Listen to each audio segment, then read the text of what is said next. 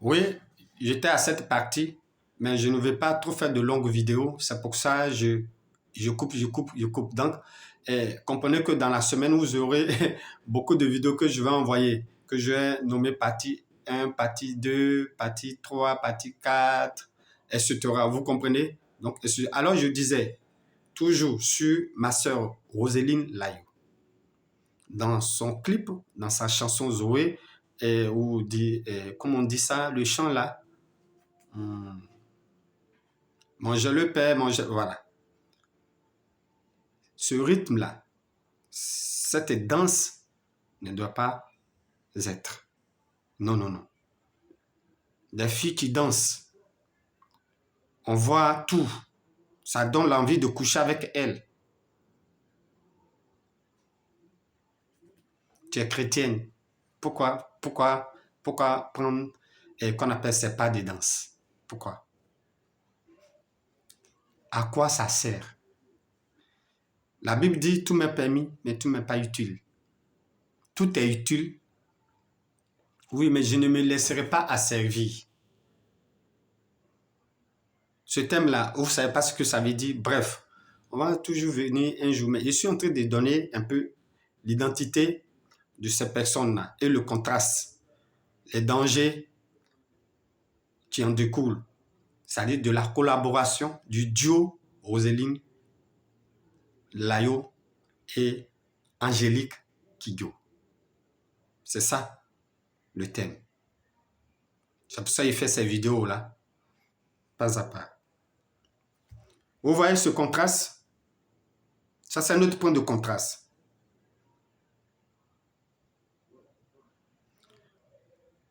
On ne danse pas le Saint-Esprit en moulant les fesses. Non, non, non. C'est impudique. Le Saint-Esprit n'a pas besoin de ça. Toute église dans laquelle on danse, on moule les fesses, c'est impudique, c'est laisser aller. Revoyez-vous donc. Je profite de dire, les églises, les pasteurs, les guides religieux, revoyez-vous. Une église où on danse, on moule les fesses, on s'accroupit. On fait un style de debout-cueilli. C'est le langage, le message. Vous avez d'ores et déjà dit dans la première vidéo, lorsque j'avertissais notre sœur Roseline Layo, pour dire la musique est une communication. Et la communication comporte un message qu'on véhicule.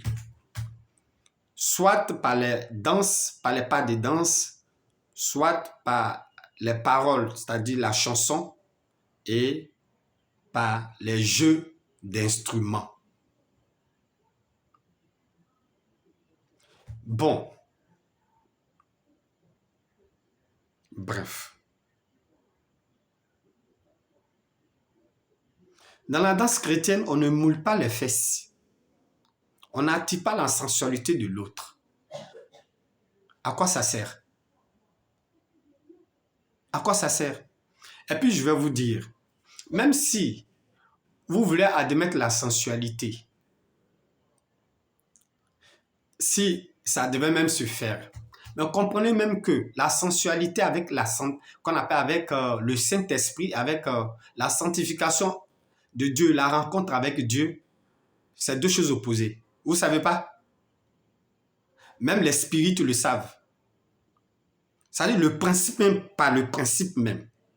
C'est pour ça, Elohim disait, il ne prononce pas le mot Elohim dans le sens ou bien l'idéologie des Raéliens ou bien des autres, hein, parce que le mot, bon, par exemple, Kolucholo, c'est Dieu, c'est dans l'ethnie, mais le mot Kolucholo, et ils définissent Dieu par la femme de la gardienne, etc. Bon, on n'est pas là pour ça, mais quand ils disent ça, ils font allusion, certains qui maintenant revoient la notion de la personne qui a la vie. Voilà. Donc, ici, les Juifs avaient ce mot, etc., mais ce n'est pas dans le sens, c'est pourquoi Elohim, Eloah, des fois, ça peut donner confusion. Donc, on ne dit pas, ce n'est pas Elohim, tu prends X au plan français où on écrit Dieu avec X là. Non, non, non, ce n'est pas ça. Parce que Dieu en français, Dieu, mais de quel Dieu il est question? Donc, quand je dis Elohim, je ne parle pas d'Elohim des francs-maçons, je ne parle pas d'Elohim ou d'Adonai qu'on appelle des occultistes. Non, non, non. On est d'accord? Excusez-moi une minute.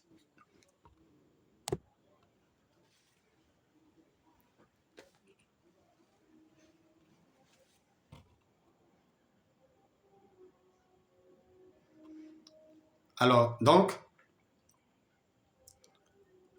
Elohim disait à Moïse, dis au peuple d'Israël qu'ils vont me rencontrer dans tel jour, mais qu'ils se séparent, qu'ils ne s'approchent pas d'aucune femme pendant 3 jours. Excusez-moi, qu'ils viennent à ma rencontre. Vous comprenez un peu? Je répète, Elohim, tu as créé le sexe. On va dire ça cruellement. Tu as créé les deux sexes pour qu'on fasse l'amour. Je vais dire ça cruellement comme ça. Il dit, pour venir me voir, me rencontrer là, ne couchez pas avec, ne vous approchez d'aucune femme pendant 3 jours et venez à ma rencontre. Nous en allons parler. Ici, quand il disait ça là, il ne parlait pas des adultères, des femmes adultériennes ou bien adultères, ou bien il ne parlait pas des gens, des filles, tu couches, tu ne sont pas mariés avec les gens, ou bien les gens, tu viens. Non, non, non. Non, non, non. C'est pas. Il parlait des personnes qui sont mariées. Tu sont en couple, officiellement, tu sont mariés. Tu sont mariés devant Elohim. Il leur dit, il les interdit de coucher, d'avoir rapport sexuel et de venir, lui, à son rendez-vous. Donc, quand on chante les louanges de Dieu, c'est un rendez-vous. Ce rendez-vous-là, pourquoi venir faire de la sensualité? Donc, ça, c'est pas le principe d'abord. Si on devait admettre même la sensualité. Bref. On dirait que je vais faire beaucoup de vidéos parce que je ne veux pas que ça devienne trop long. Voilà.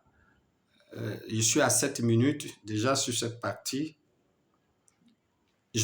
On va aller, voilà. Peut-être que ça, c'est partie 5, non? Bon, je ne sais pas, mais quand je vais écrire, au fur et à mesure que je vais poster les vidéos, je vais mettre les chiffres.